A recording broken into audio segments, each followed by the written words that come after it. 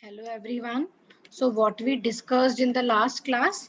In the last class, first we have seen how to draw a DC load line. Then we discussed for the proper operation of a transistor, we set a fixed level of certain currents and voltages in a transistor. Now these values of currents and voltages define the point at which the transistor operates. This point is called the operating point, which is also known as quiescent point or simply Q point. Since the level of currents and voltages are fixed, therefore the operating point is also called DC operating point. Now, as long as the transistor is operated in the active region, the Q point of a transistor is selected midway between the saturation and the cutoff point. That means the Q point of a transistor is selected at the center of the DC load line. ठीक है? Why? To get an undistorted signal at the output. ये सब हमने देखा था. उसके बाद हमने क्या देखा था? उसके बाद हमने देखा था there are several factors that are affecting the stability of Q point. What are the factors? The transistor parameters, they are responsible for the variation in Q point. Then we saw that because of the change in temperature, we can have a shift in the operating point. Because of change in temperature, the collector current changes, that will result in the shifting of Q point. ठीक है. और हमने ये भी देखा था कि अगर किसी सर्किट में कोई ट्रांजिस्टर है, वो अगर डैमेज हो जाता है and we replace it with the another transistor of same type, still जो है हमारे पास जो क्यू पॉइंट है इट में shift, and it shifts. Why it shifts? Because it has been observed that in spite of the tremendous advancement made in the semiconductor device manufacturing technology, some transistors of a particular type with a large variation in parameter values are manufactured. तो अगर हमारे पास कोई transistor damage हो जाता है और हम उसको रिप्लेस करते हैं by another transistor of same type, उस केस में भी जो है हमारा ऑपरेटिंग पॉइंट जो है वो शिफ्ट हो सकता है. So for the faithful amplification or for the proper amplification of an input signal, when we are using transistor as an amplifier, a transistor must be biased properly. A transistor must be biased properly. उसके बाद हमने देखा था the different requirements for proper biasing of a transistor. एक क्या था कि जो operating point है that should be selected in the center of the active region of the characteristics.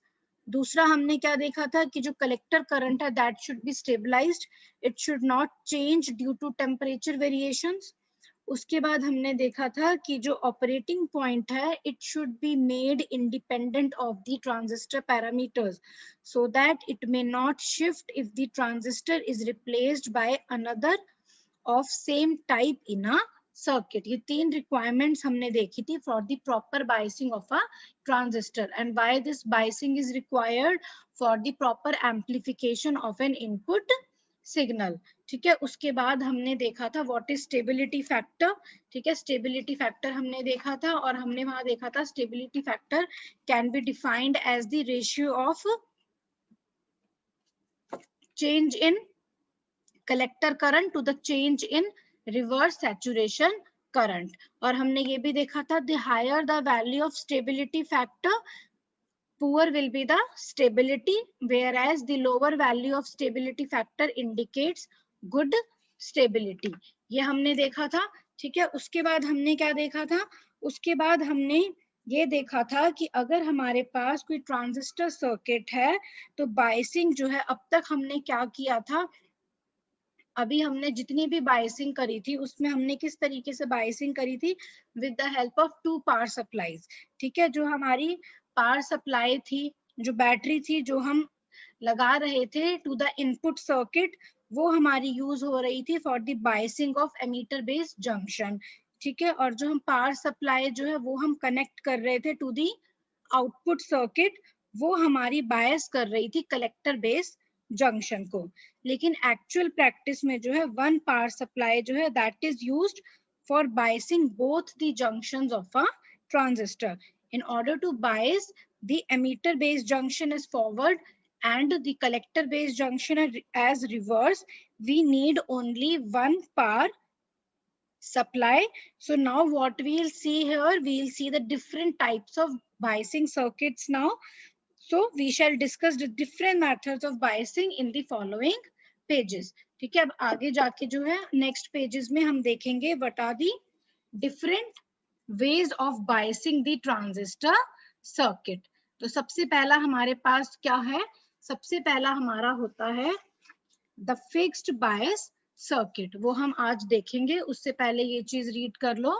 Now different types of biasing circuits में क्या है, we shall now discuss the various methods of biasing of the circuits to operate in the active region, and then we'll discuss their merits and demerits. Although in our analysis of the circuits we shall be using NPN transistor, the equations and calculations will equally apply to a PNP transistor merely by changing voltage polarities and current directions. अब हम क्या करेंगे, हमने last class में देख लिया DC load line क्या होता है, ऑपरेटिंग पॉइंट क्या होता है, ऑपरेटिंग पॉइंट जो है वो किस वजह से वेरी कर सकता है, उस ऑपरेटिंग पॉइंट को हमें स्टेबलाइज जो है वो करना है। ठीक है, हमें जो है प्रॉपर एम्प्लीफिकेशन करना है इनपुट सिग्नल का if we want to use transistor as an amplifier, तो उसके लिए we need a proper biasing. तो अब हम डिफरेंट बायसिंग सर्किट्स देखेंगे और उसमें हम देखेंगे किस तरीके से we can get a stabilised operating point. हमारी जो मेन कंडीशन है वो क्या है, हमारा जो इनपुट सर्किट है that should be forward biased, जो हमारा आउटपुट सर्किट है that should be reverse biased always. ठीक है, हमारा जो ट्रांजिस्टर है that will operate in the active region. दूसरा और हमें क्या रिक्वायरमेंट है, हमारी जो हमारा ऑपरेटिंग पॉइंट है that should always be stabilised. तो अब हम इन चीजों को कंसीडर करके we'll study the different types of biasing circuits. और जो हम बायसिंग सर्किट स्टडी करेंगे उसमें जो हम ट्रांजिस्टर यूज करेंगे वो एनपीएन ट्रांजिस्टर यूज करेंगे। ठीक है, इसी तरीके से जो है हम पीएनपी ट्रांजिस्टर जो है उसकी भी कैलकुलेशंस कर सकते हैं only by changing the voltage polarities and current directions. ठीक है, तो एनपीएन के लिए करो या पीएनपी के लिए एक ही बात है। So we are considering the NPN transistor. So what is a simple biasing circuit जो हम अब तक देखते हैं, अगर हमें ट्रांजिस्टर को ऑपरेट कराना है इन द एक्टिव रीजन तो हम क्या करते हैं कि जो हमारा बायसिंग अरेंजमेंट कैसा होता है कि एमीटर बेस्ड जंक्शन जो है वो हमारा फॉरवर्ड बायस हो और जो कलेक्टर बेस्ड जंक्शन है वो हमारा रिवर्स बायस हो। ठीक है, यहाँ पे आएगा to operate the transistor in active region. ठीक है, कट ऑफ नहीं आएगा, कट ऑफ रीजन के लिए हमारे दोनों जंक्शन जो है that should be reverse biased. So to operate the transistor in active region, biasing arrangement should be such that the emitter based junction is always forward biased while the collector based junction is reverse biased. देखो हम अभी तक बहुत बार जो है circuit इस तरीके का देख चुके हैं। वहां पर तुमने एक चीज नोटिस करी होगी, जो हम ये VBB सप्लाई करते हैं इसमें हम सिर्फ इतना सा मार्क लगाते हैं, एक इसको हम थोड़ा कम बनाते हैं लो वैल्यूड, और जो VCC हमारा होता है जो हम वोल्टेज अप्लाई करते हैं टू द आउटपुट सर्किट उसमें जो है हम ये जो लाइंस बनाते हैं ये ज्यादा बनाते हैं। ठीक है, कम लाइन और ज्यादा लाइन क्या रिप्रेजेंट करती है, कम लाइंस रिप्रेजेंट करती हैं कि जो एमीटर बेस्ड जंक्शन है हमारा उसको बहुत ज्यादा फॉरवर्ड बायसिंग की जरूरत नहीं है। एमीटर बेस्ड जंक्शन को जो है हम इतना ज्यादा फॉरवर्ड बायस नहीं करते, जो हमारा कलेक्टर बेस्ड जंक्शन है उसको जो है हमें हाईली रिवर्स बायस करना पड़ता है। ठीक है, वही चीज अब हम यहाँ पर देखेंगे, जो हमारी वोल्टेज है VBE that is applied across the base and the emitter is small for forward biasing, उसको हम स्मॉल रखते हैं फॉर फॉरवर्ड बायसिंग। कितना होता है वो, it is of the order of 0.7 volt for silicon transistor and 0.3 volt for germanium. हमें इतना फॉरवर्ड बायसिंग जो है हमारे लिए इनफ होता है। सिलिकॉन ट्रांजिस्टर अगर यूज कर रहे हैं should be of the order of 0.7 volt, और अगर हम जर्मेनियम यूज कर रहे हैं then it should be of the order of 0.3 volt. जो हम वोल्टेज अप्लाई करते हैं across the input circuit across the emitter based junction that is small for forward biasing. ठीक है, तो बैटरी जो है it should be of the same order. लेकिन जो हमारी बैटरी है VCC, that means the battery or the power supply that we are applying to the output circuit, to the collector circuit, it should be much larger for the reverse biasing of the emitter collector junction, that is of the order of 6 volt। अगर हम use कर रहे हैं transistor को in common ammeter arrangement और in common ammeter connection, ठीक है, तो हमारे पास क्या रिक्वायरमेंट होती है, इस तरीके का हमारे पास सर्किट होता है। एमीटर जो है हमारा कॉमन टर्मिनल है, we have this base terminal, we have this collector terminal.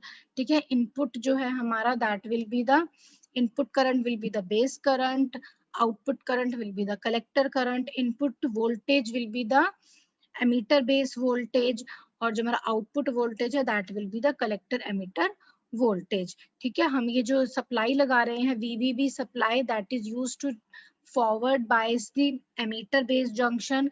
जो हम ये सप्लाई लगाते हैं VCC that is basically used to reverse bias the collector base junction. ठीक है, हमारा जो ये VCC सप्लाई है इसको हम ज्यादा रखते हैं और जो VBB सप्लाई है उसको हम स्मॉल रखते हैं फॉर फॉरवर्ड बायसिंग। ठीक है, ये हमने जो है यहाँ पर समझाया। अब इसके बाद हम क्या देखेंगे, अच्छा इसमें ना एक चीज और ध्यान देने की है, इस चीज में ना कंफ्यूज नहीं होना।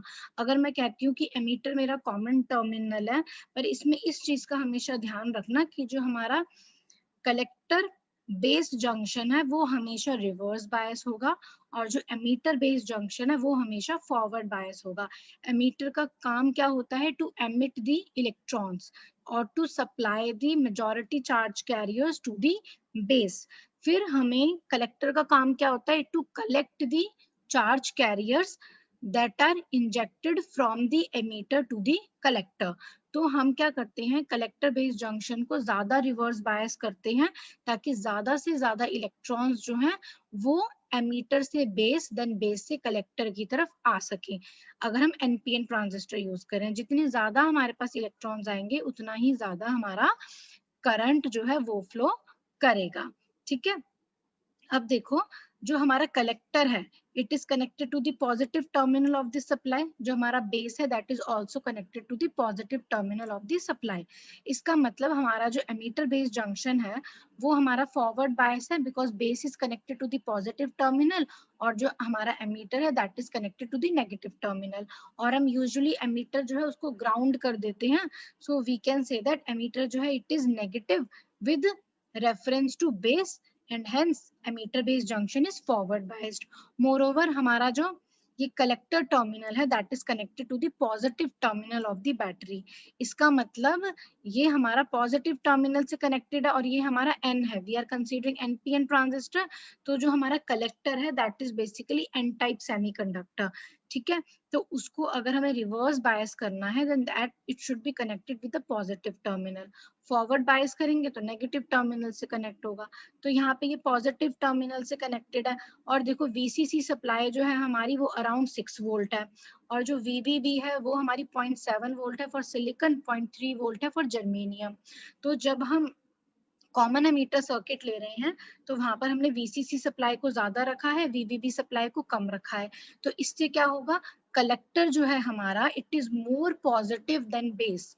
कलेक्टर अगर हमारा मोर पॉजिटिव है than base then we can say that collector base junction is reverse biased. I hope ये सबको अब क्लियर है कि how if we have emitter as the common terminal still we are saying that जो हमारा ammeter based junction है that is forward biased और collector based junction जो है that should be reverse biased. उनको हमें चेंज नहीं होने देना। तो हमें जो टर्मिनल है जिसको हम कॉमन रख रहे हैं उसको इस तरीके से हमें रखना होगा कि हमारा एमीटर बेस्ड जंक्शन हमेशा फॉरवर्ड बायस रहे, कलेक्टर बेस्ड जंक्शन जो है वो हमेशा रिवर्स बायस रहे। अब देखो ये क्या कहता है, अगर हम इस तरीके का सिंपल बायसिंग सर्किट यूज करते हैं तो ये जो है हमारे लिए इतना यूज का नहीं है। क्यों यूज का नहीं है, because it is difficult to obtain VBB of the order mentioned above. VBB जो है हमारा वो बहुत स्मॉल है फॉर फॉरवर्ड बायसिंग, 0.7 वोल्ट है सिलिकॉन, 0.3 वोल्ट है फॉर जर्मेनियम। तो इतनी कम वोल्टेज जो है उसको मेंटेन करना, उसको ऑब्टेन करना जो है वो डिफिकल्ट होता है। सो दिस टाइप का सर्किट जो है हम यूजुअली यूज नहीं करते, जहाँ पे हम दो डिफरेंट सप्लाईज यूज करते हैं for forward biasing the input and the reverse biasing the output circuit. Or you can say for forward biasing the emitter based junction and reverse biasing the collector base junction। ठीक है, क्योंकि हमारा जो output circuit है वो basically हमारा collector to emitter है, और जो इनपुट है वो हमारा बेस टू एमीटर है। एमीटर जो है हमारा कॉमन टर्मिनल है between the input and the output. So we can say that instead of using these two power supplies for forward biasing the emitter based junction and reverse biasing the collector based junction, we should use a single power supply। ठीक है, वो हम कैसे करेंगे वो अब हम देखेंगे। So this is our modified form of the circuit of figure 8.8। किस तरीके से इसको मॉडिफाई किया गया है, देखो हमारे पास ये एक ट्रांजिस्टर था एनपीएन ट्रांजिस्टर, उसको हमने एज इट इज रखा। आरसी जो है हमारा that is representing the resistance that we are applying across the collector terminal. ठीक है, it is then connected to the VCC supply. Similarly यहाँ पर हमारे पास ये आरबी है, आरबी हमारा एक तरीके से बेस रेजिस्टेंस हो गया, resistance applied to this base terminal. ठीक है, and that is connected to this plus VBB supply. ठीक है, एमीटर जो है उसको हमने ग्राउंड कर दिया। ठीक है, तो हम इसको इस तरीके से बना सकते हैं। जो हमारा ये सर्किट है इसमें हमने बीच में रेजिस्टेंस आरबी जो है वो इंट्रोड्यूस करी है। ठीक है, तो अब हम इसको क्या कहते हैं, fixed bias circuit, constant base current bias. इसको भी अभी हम फर्दर और मॉडिफाई करेंगे, क्योंकि यहाँ पर हमने दो सप्लाईज लिख रखी है वीबीबी और वीसीसी। अब हम इसको सिंगल पावर सप्लाई के टर्म्स में बनाएंगे। Now the fixed bias circuit is shown in figure 8.9a and may be represented by figure 8.9b also. The emitter based junction is forward biased while the collector based junction is reverse biased. The use of resistance RB provides the proper forward biased voltage across the base emitter junction। कैसे, देखो जो हमारी input supply होगी वो पहले RB से जाएगी, फिर उसके बाद वो बेस टर्मिनल की तरफ जाएगी। हमें जो है we require very less forward biasing. ठीक है, हमें जो है लेस फॉरवर्ड बायसिंग चाहिए because we want collector based junction to be forward biased. ठीक है, so we want collector should be more positive than the base, तभी कलेक्टर बेस्ड जंक्शन हमारा रिवर्स बायस होगा। तो हमें स्मॉल बायसिंग चाहिए, तो स्मॉल बायसिंग के लिए क्या होगा, मोस्ट ऑफ दी जो हमारा वोल्टेज ड्रॉप है वो अक्रॉस हो जाएगा दिस रेजिस्टेंस आरबी, और थोड़ा सा वोल्टेज जो है वो हमारा जाएगा टुवर्ड्स द बेस टर्मिनल। तो हमारा ये जो रेजिस्टेंस है RB, this is very important in order to provide the proper forward biased voltage across the base emitter junction. जो मेजर पोर्शन है हमारा वोल्टेज का from battery VBB that will be dropped across the resistance. ठीक है, now जो हमारे positive terminals हैं of both the batteries VCC and VBB, they are connected to the resistance RC and RB respectively. Now in actual practice, instead of using these two power supplies or the two batteries VBB and VCC, we will use only one battery, that is VCC, as shown in the figure. So this is the final figure of the fixed bias circuit using a single battery. हमने क्या किया, इसको इस तरीके से हमने join कर दिया and we applied a single battery. So we have a VCC supply, then we have the base resistor, and we have this collector resistor, then this is the NPN transistor, emitter is grounded। ठीक है, अब हमें देखना है कि इस तरीके का अगर हम फिक्स्ड बायस सर्किट जो है यूज करते हैं, then how we can stabilize the operating point. ये हमने देख लिया। इस तरीके से करने पे एमीटर बेस्ड जंक्शन जो है वो हमारा फॉरवर्ड बायस रहेगा, कलेक्टर बेस्ड जंक्शन हमारा रिवर्स बायस रहेगा। तो वो चीज तो हमारी फुलफिल हो गई। ठीक है, नेक्स्ट हमें क्या फुलफिल करना है, the stabilization of operating point, वो अभी हम देखेंगे। Now the input and output sections of figure 8.10 have been separately shown in figure 8.11a and 8.11b respectively. अब इन्होंने क्या किया है ये जो हमारा फिगर है इसको दो पार्ट्स में डिवाइड किया है. One is representing the input section, another one is representing the output section. ये सिर्फ इन्होंने इसलिए लिखा है so that you can apply the Kirchhoff's voltage law easily, ताकि तुम्हें पता हो किरचॉफ्स वोल्टेज लॉ जो है वो हमें किस तरीके से लगाना होता है. इसको हम डायरेक्टली यहाँ से भी लगा सकते हैं. If we are applying the Kirchhoff's voltage law to the input circuit, देखो हमारा इनपुट सर्किट क्या है कि हमारे पास पावर सप्लाई है. ठीक है, ये हमारा R resistance RB है. This is the base terminal and this is the emitter. This is representing our input section of this fixed bias circuit. We have power supply, then we have a resistance, we have this base terminal and the emitter is grounded. इसके across जो voltage है that is the base emitter voltage. RB के across जो voltage होगी वो क्या होगी, यहाँ हमारे इनपुट सर्किट में कौन सा करंट फ्लो करता है, द बेस करंट. तो इसके अक्रॉस वोल्टेज कितनी होगी, IB into RB. So by Kirchhoff's voltage law, VCC is equal to IB into RB plus VBE. ठीक है, देखो यही लिखा है. By applying the Kirchhoff's voltage law to the input circuit, we can write VCC is equal to IB RB plus VBE, where VBE is representing the emitter base voltage and IB is the base current. ठीक है, so from this we can write IB RB is equal to VCC minus VBE. This gives the base current IB as VCC minus VBE upon RB. ठीक है, अब यहाँ से हमें base current मिल गया by applying the Kirchhoff's voltage law to the input circuit.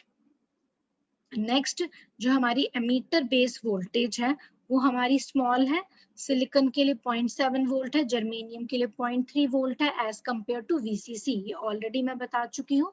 So we can neglect VBE in comparison to VCC being very small. So we can write the base current IB as VCC upon RB. अब अगर हमारा कोई circuit है उसमें हम जो battery जो है वो जो हम लगा रहे हैं वो हमारी फिक्स्ड है उसकी वैल्यू. ठीक है, तो VCC हमारा फिक्स्ड है और हम रेजिस्टेंस कितना कनेक्ट कर रहे हैं सर्किट में वो भी फिक्स्ड है. तो दैट मीन्स VCC और RB तो हमने फिक्स कर रखा है.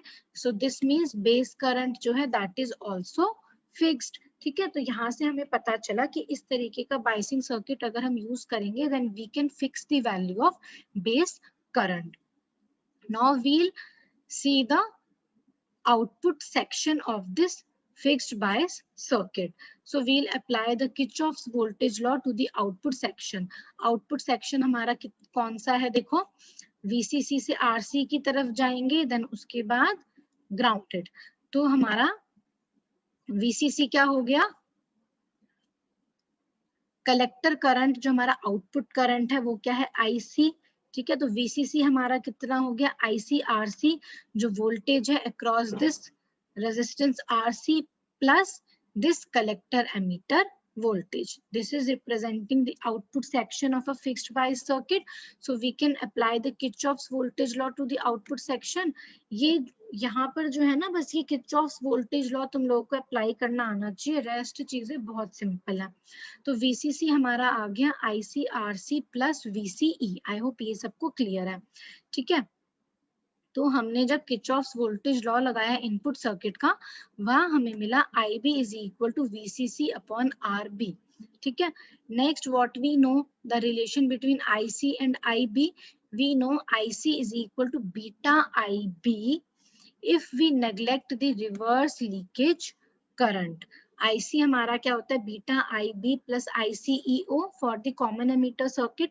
If we neglect the reverse leakage current then in that case IC जो है it will simply be equal to beta IB.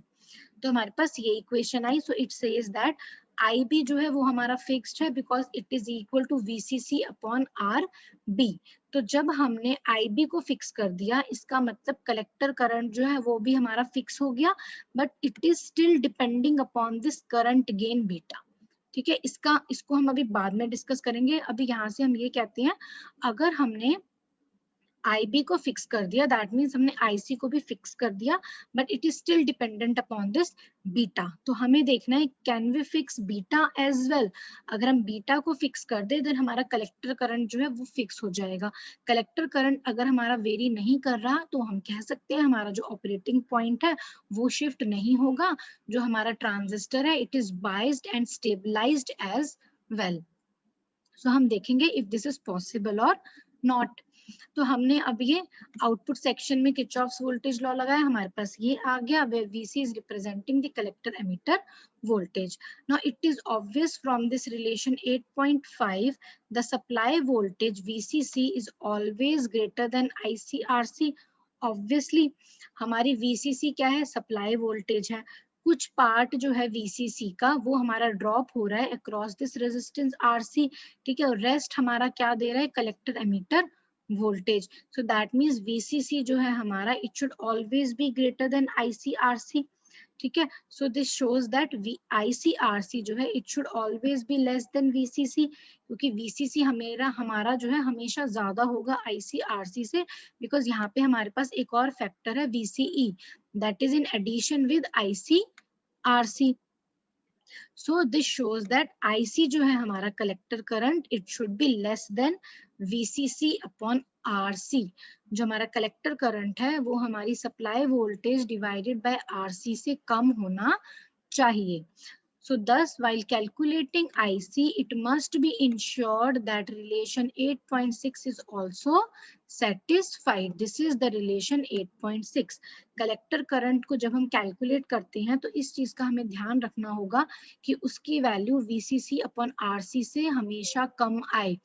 अगर कलेक्टर करंट की वैल्यू VCC अपॉन RC से ज्यादा हो गई, कलेक्टर करंट अगर बहुत ज्यादा हो गया, देन इन दैट केस जो हमारा ऑपरेटिंग पॉइंट है it will shift towards the saturation region और the saturation point.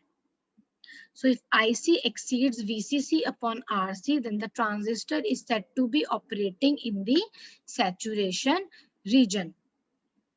From relation 8.5, VCE is equal to VCC minus ICRC. From relation 8.5, VCE हमारा क्या है, VCC minus ICRC. Thus, VCE also remains constant as collector current is constant. ये कहता है VCC तो हमारा fixed है, RC भी हमारा fixed है, IB हमने fix कर दिया, VCC upon RB आ रहा है. अगर IB fixed है, IC हमारा है बीटा इंटू IB, तो अगर IB हमने फिक्स कर दिया और अभी अगर हम करंट गेन की बात नहीं कर रहे, देन वी कैन से हमने IC भी फिक्स कर दिया. अगर हमने कलेक्टर करंट जो है वो हमारा कांस्टेंट हो गया, वो वेरी नहीं करेगा, then in that case VCE जो है हमारा वो भी कांस्टेंट हो गया. अगर IC और VCE दोनों ही कांस्टेंट हो गए, दैट मीन्स हमारा जो ऑपरेटिंग पॉइंट है वो फिक्स हो गया, वो अब शिफ्ट नहीं होगा. So the circuit, तो ये कहता है कि although by keeping the values of VCC and IC fixed, और यहाँ पे you can write although by keeping the values of VCE and IC fixed, the operating point is fixed, the circuit is not often used as it does not provide protection for change in IC due to the heating of the transistor etc. ये हमारा ये कहता है कि हमने IB को fix कर दिया which is VCC upon RB. So if IB is fixed then IC is equal to beta IB. So this shows that collector current is also constant and VCE is equal to VCC minus ICRC. So this shows that VCE also remains constant as VCC and RC are fixed and collector current is constant. So this shows if IC and VCE they both are fixed, that means the operating point is fixed. Operating point हमारा है क्या point जो हमें IC की value बता रहा है along y axis और VCE की वैल्यू बता रहा है along x axis. तो operating point is nothing but the IC VCE point. तो वो अगर हमारा फिक्स हो गया then we can say that operating point is fixed. But still जो है हम इस सर्किट को ऑफनली यूज नहीं करते. To use transistor as an amplifier हम फिक्स्ड बाय सर्किट का यूज नहीं करते. क्यों? बिकॉज जो हमारा कलेक्टर करंट है वो IB के रिस्पेक्ट में तो फिक्स्ड है, बट टेम्परेचर वेरिएशन के रिस्पेक्ट में वो यहाँ पर फिक्स नहीं होता, and we know that beta is strongly dependent on temperature. ये कहता है it does not provide protection for change in IC due to the heating of the transistor. और हमें ये पता है अगर हीटिंग होगी ट्रांजिस्टर की तो टेम्परेचर इंक्रीज होगा, टेम्परेचर इंक्रीज होगा तो कोवेलेंट बॉन्ड्स ब्रेक होंगे, कोवेलेंट बॉन्ड्स ब्रेक होंगे, then we have large amount of minority charge carriers, so in that case we cannot neglect the reverse saturation current। तो इन और दूसरी चीज क्या है, जो हमारा करंट गेन है beta, that is also strongly dependent on temperature, so if temperature will increase then our current gain beta जो है that will also increase, if beta will increase, beta will change, then collector current will also change। तो अभी हम ये चीज यहाँ पर देखेंगे। Now the operating point in the fixed bias circuit can be determined in the following steps। अगर हम fixed bias circuit यूज कर रहे हैं for the biasing of a transistor, तो operating point जो है हमें कैसे मिलेगा। सबसे पहले हम बेस करंट निकालेंगे using VCC upon RB। उसके बाद हम करंट कैलकुलेट करेंगे using IC is equal to beta IB, और ये जो हमारा कलेक्टर करंट है it should be less than VCC upon RC, यही आया था। IC should be less than VCC upon RC। Third point क्या होगा, अब हमें IB मिल गया, IB से हमने IC निकाल लिया, IC से हमने VCE निकाल लिया यूजिंग दिस रिलेशन। तो हमें अगर IC और VCE मिल गए देन दैट मीन्स हमें ऑपरेटिंग पॉइंट जो है वो मिल गया, बट स्टिल हम इसको जो है यूज नहीं करते more oftenly for biasing the transistor. क्यों यूज नहीं करते, ये इसका यहाँ पे रीजन है। Although it is easy to fix the operating point anywhere in the active region of the characteristic by simply changing the value of RB, the second and third requirements for the proper biasing stated in the article 8.3 are not met। ठीक है, हमने क्या requirements लिखी थी, तुम्हें अगर याद होगा हमने पेज नंबर 374 पे पढ़ा था requirements for proper biasing। उसमें हमारे ये जो 2 पॉइंट्स कहता है जो सेटिस्फाई नहीं हो रहे वो क्या है। फर्स्ट पॉइंट जो सेटिस्फाई हो रहा है वो तो ये है, ऑपरेटिंग पॉइंट जो है it should be selected in the centre of the active reason of the characteristic, but वो हमने भी सेलेक्ट कर लिया। लेकिन अगर टेम्परेचर वेरिएशन होता है then in that case operating point यहाँ पर शिफ्ट हो रहा है। IC जो है it remains constant because IB is constant, it is constant with respect to IB but is not constant with respect to beta, and IC is equal to beta into IB।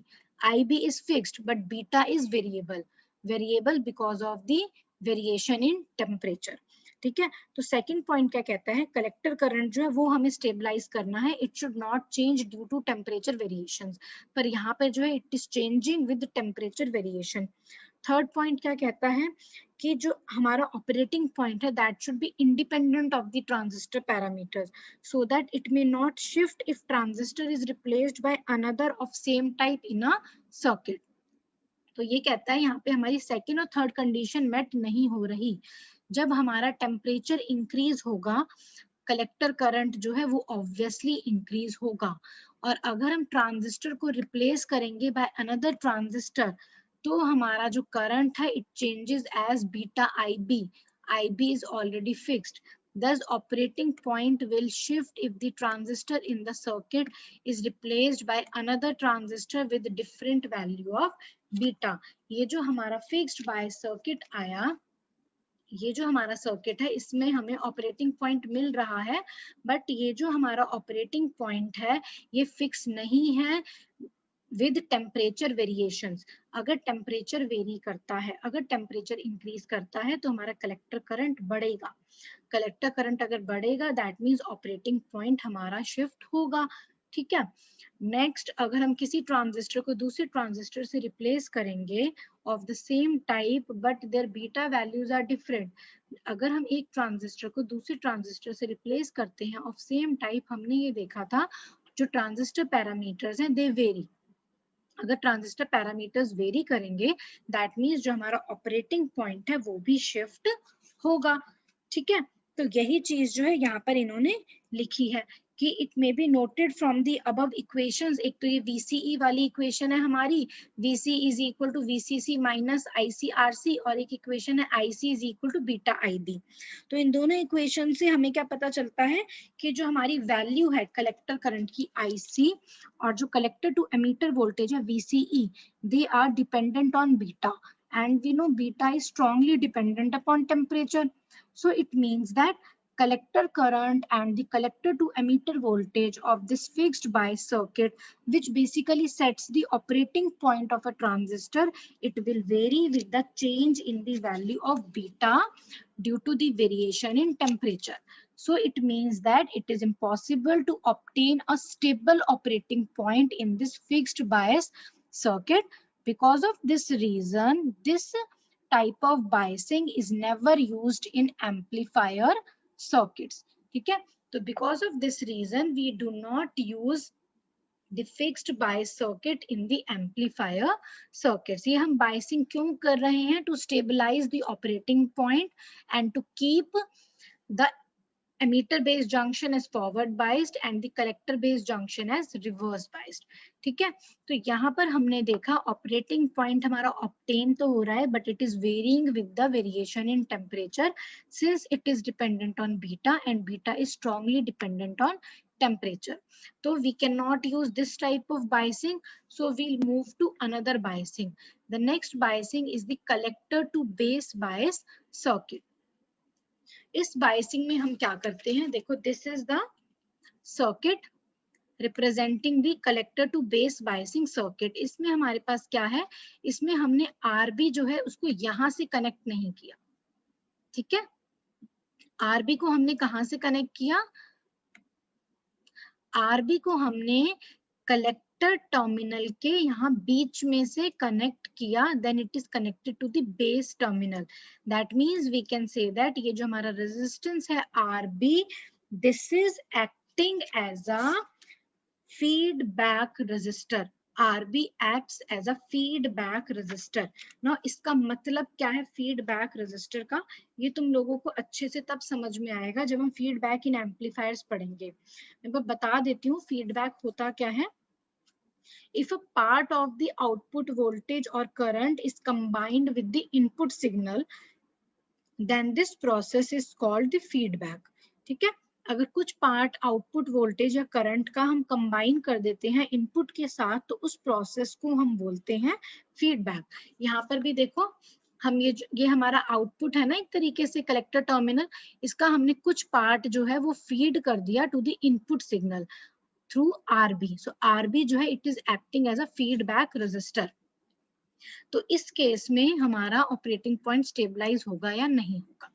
Now in the collector to base biasing circuit, the resistance RB is connected to the collector terminal instead of connecting it with battery VCC in case of a fixed bias circuit. Fixed bias circuit में हमने इस battery से RB को directly connect किया था, यहाँ पर हम इसे RB को बैटरी VCC से कनेक्ट ना करके उसको हम कनेक्ट कर रहे हैं टू द कलेक्टर टर्मिनल। ठीक है, तो अब हमारे पास इस तरीके का सर्किट आया और इसमें अब हम किरचॉफ्स वोल्टेज लॉ लगाएंगे both for the input section and for the output section of the circuit. So first we'll apply the Kirchhoff's voltage law to the input section of the circuit. Input section हमारा क्या है, power supply से हम यहाँ की तरफ आए, then we are moving towards this, then this, then this, then this.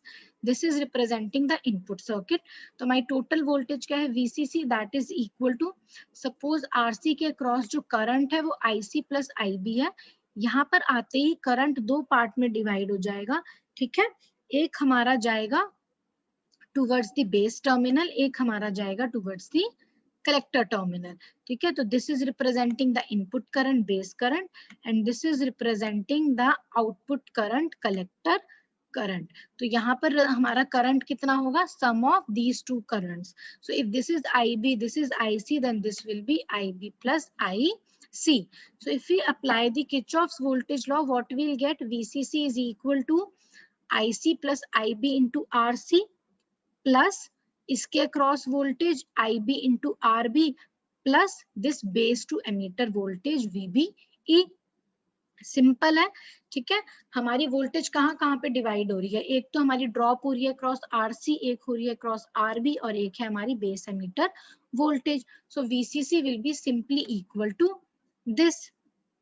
Now this can be written as IC into RC plus IB into RB plus RC plus VBE, or we can write VCC minus ICRC minus VBE is equal to IB into RB plus RC.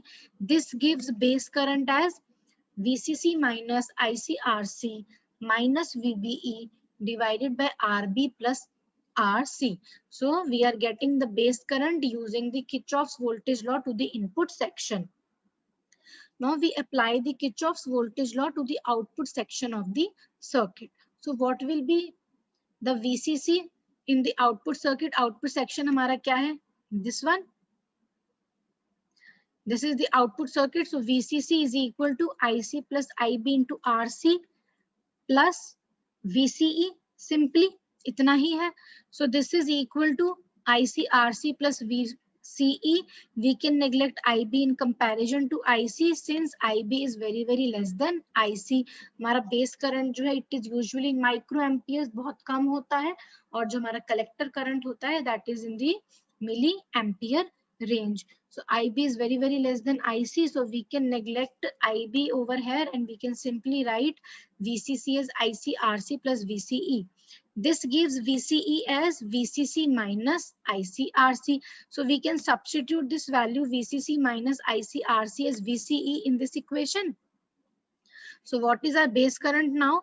IB is equal to VCE minus VBE upon RB plus RC. This is our base current now. Next, thus value of base current IB is constant. Also, the collector current IC remains same so long as beta remains same as IC is equal to beta into IB. ये कहता है कि इस equation से we can say that जो हमारा base current है that is constant, और हमारा जो कलेक्टर करंट होता है वो क्या होता है, usually IC is equal to beta into IB if we neglect the reverse saturation current. तो दैट मीन्स अगर हमारा IB कांस्टेंट है तो हमारा IC भी कांस्टेंट होगा इफ बीटा रिमेन्स सेम.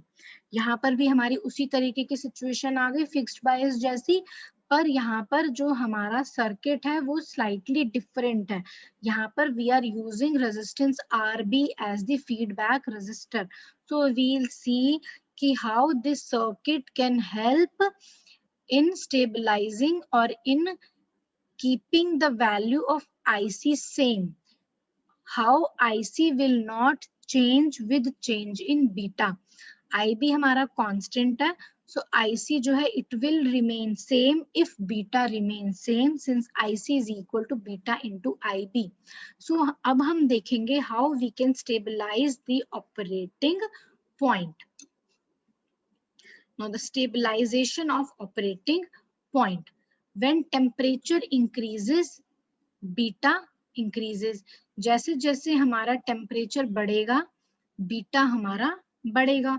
ठीक है, beta is strongly dependent on temperature. So when temperature increases, beta will increase. अगर बीटा increase होगा that means our collector current will increase since IC is equal to beta into IB. ठीक है. So now what we will see from relation 8.11. 8.11 से हम क्या देख रहे हैं, अगर हमारा IC इंक्रीज होगा, VCC हमारा कांस्टेंट है फिक्स्ड है, RC हमारा फिक्स्ड है, तो अगर IC हमारा इंक्रीज होगा इसका मतलब VCE हमारा डिक्रीज होगा, या माइनस साइन है ना, तो if IC will increase that means VCE will decrease. So with increase in temperature beta increases, which increases the collector current, hence VCE, the collector to emitter voltage, will decrease. Now from relation 8.12 we find the value of IB will decrease. अगर VCE हमारा decrease होगा, VCE अगर decrease होगा that means हमारा IB जो है वो decrease होगा. तो हमारा temperature जब बढ़ रहा है बीटा बढ़ रहा है और IB हमारा कम हो रहा है. ठीक है, इसका मतलब क्या होगा हमारा, it will again decrease IC. जब हमने टेम्परेचर बढ़ाया बीटा हमारा बढ़ा, जिसने आईसी को बढ़ा दिया, पर उसने वीसीई को डिक्रीज कर दिया। वीसीई के डिक्रीज होने की वजह से हमारा आईबी डिक्रीज हो गया, आईबी के डिक्रीज होने से हमारा आईसी डिक्रीज हो गया।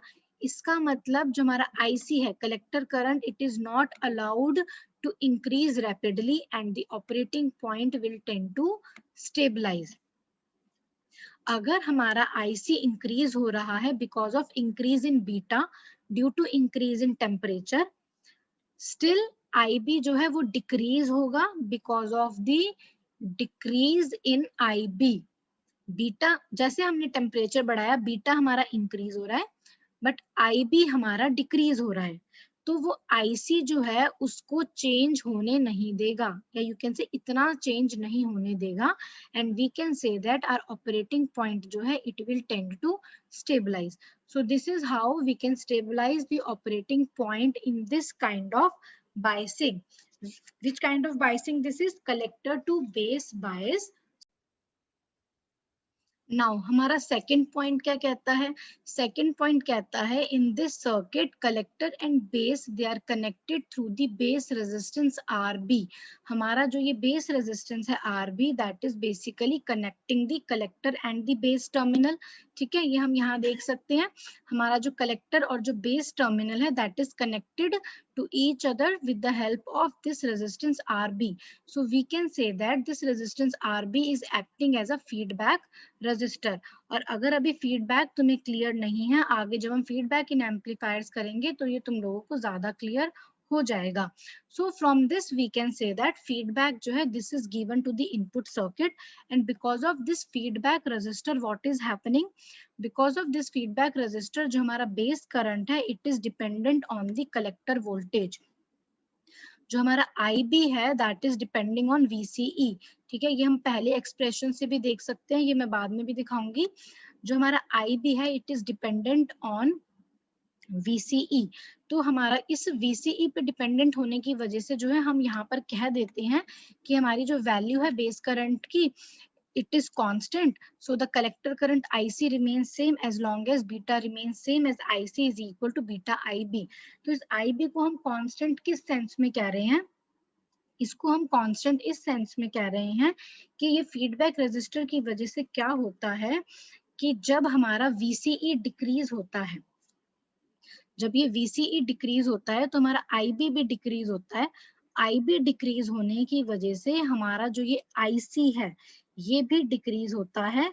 तो अगर हमारा टेम्परेचर वेरिएशन की वजह से या टेम्परेचर इंक्रीज होने की वजह से बीटा इंक्रीज हो रहा है तो वो IC को इंक्रीज करेगा। ठीक है, बट अगर हमारा IC इंक्रीज हो रहा है तो VCE डिक्रीज होगा, VCE डिक्रीज होगा तो IB डिक्रीज होगा, IB डिक्रीज होगा तो IC भी डिक्रीज होगा। So we can say that this feedback resistor जो है basically it provides a very stable operating point by reducing the effect of variations in current gain beta। ठीक है, what we can say that ये जो हमारा RB है it is acting as a feedback resistor and it is providing a very stable operating point by reducing the effect of variations in current gain beta। How? By making the base current dependent on the collector voltage or the collector to emitter voltage। ठीक है, और इस type के feedback को हम voltage feedback bias circuit भी बोलते हैं। थर्ड पॉइंट हमारा कहता है अगर हम ट्रांजिस्टर को किसी दूसरे ट्रांजिस्टर से रिप्लेस कर दे सर्किट के अंदर जिसका करंट गेन डिफरेंट है, the shift in operating point will be very small. जो हमारा ऑपरेटिंग पॉइंट है वो भी जो है काइंड ऑफ हमारा इंडिपेंडेंट हो जाएगा करंट गेन से। अगर हम किसी ट्रांजिस्टर को रिप्लेस करते हैं दूसरे ट्रांजिस्टर से जिसका बीटा पैरामीटर डिफरेंट है, उस केस में हमारा ऑपरेटिंग पॉइंट जो है वो शिफ्ट नहीं होता, और you can say that shift is very small. एक तो हमारा बीटा कैसे चेंज हो सकता है? Because of the change in temperature. वहां हमने देखा अगर हमारा टेम्परेचर इंक्रीज की वजह से बीटा इंक्रीज हो रहा है देन उस केस में हमारा IB भी डिक्रीज होता है तो वो IC को अलाउ नहीं करता to increase rapidly and we can say that operating point will tend to stabilize. Similarly अगर हम एक ऐसा दूसरा ट्रांजिस्टर लेते हैं जिसका बीटा पैरामीटर डिफरेंट है, उस केस में ऑपरेटिंग पॉइंट जो है वो हमारा ज्यादा शिफ्ट नहीं होता और you can say that it may not shift. ठीक है, कैसे, ये अभी हम यह मैथमेटिकली भी देख सकते हैं। IC we know that is equal to beta into IB. So substitute IC as beta IB in the equation 8.8. What is equation 8.8? This is the equation. Here substitute this IC as beta into IB. So what we'll get this equation. VCC is equal to substitute IC by beta IB into RC plus IB into RB plus RC plus VBE. So VCC minus VBE हमारा कितना हो गया? This is equal to RB plus, if I take RC common, it becomes 1 plus beta into RC into IB. IB जो है वो हमारा common है इन दोनों में. So we can take IB common and in the square bracket we'll get RB plus 1 plus beta into RC. So from here what will be the base current? VCE minus VBE upon RB plus 1 plus beta RC, and beta is very large, so we can consider 1 plus beta as beta only. And we also know जो हमारा VBE है, it is very less than VCE. VBE हमारा 0.7 volt और 0.3 volt के आसपास होता है. We are using silicon and germanium transistor, so we can neglect VBE in comparison to VCE and we can neglect 1 in comparison to beta. So what will be the base current? This is VCE upon RB plus beta RC. IC हमारा क्या होता है? Beta IB. So substitute IB here.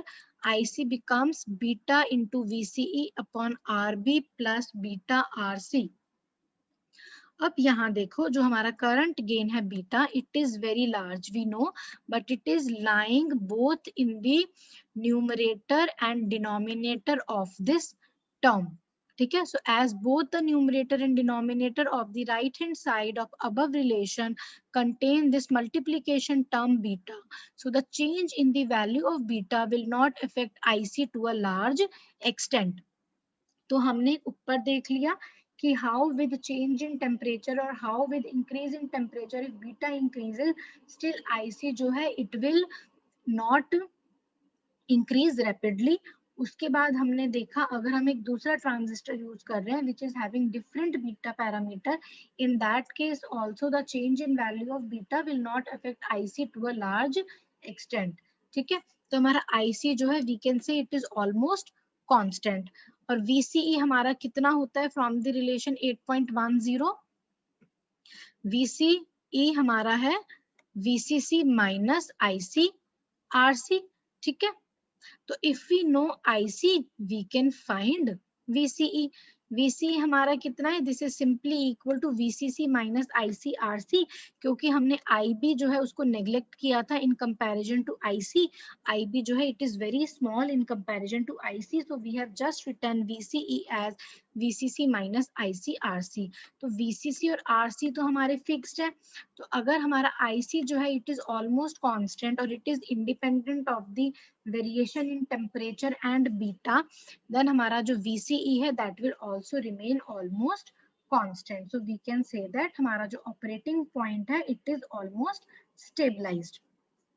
So with the help of this type of circuit we can stabilize the operating point against the variations in temperature and the values of beta.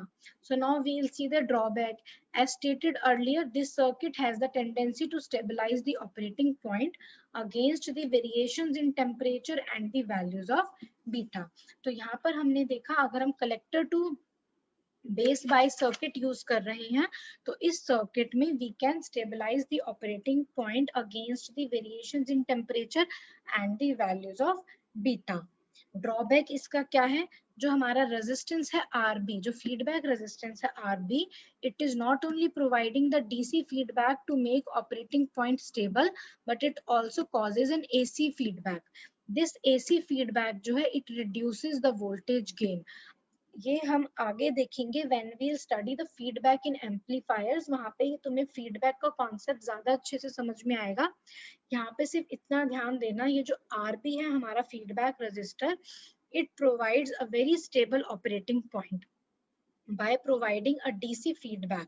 ठीक है, so it is providing a very stable operating point by reducing the effect of variations in the current gain beta, but it is also causing an AC feedback. हमारे दो तरीके के feedback होते हैं, positive feedback and negative feedback. अब आगे इन्हें detail में पढ़ेंगे। तो हमारा जो नेगेटिव फीडबैक होता है, it basically reduces the voltage gain. तो यहाँ पे जैसे हम कह रहे हैं कि हमारा जो रेजिस्टेंस आरबी है, it is providing DC as well as AC feedback. DC feedback क्या करता है? It stabilizes the operating point. और जो AC feedback है, it reduces the voltage gain. और हमें क्या यूज करना है? We have to use the transistor as an amplifier. We have to amplify the voltage gain. But with the help of this biasing circuit, the voltage gain is reducing, so which is not desirable in amplifier circuits. Thus, this type of biasing is not often used. ये हमारी biasing जो है, it is very helpful in stabilizing the operating point against the variations in temperature and the current gain beta. But this type of feedback is also reducing the voltage gain. So that is why it is not so desirable in amplifier circuits, and this type of biasing is not often used. I hope ये सबको clear है यहाँ पे, ठीक है। हमने आज दो बायसिंग सर्किट्स जो है वो स्टडी करे।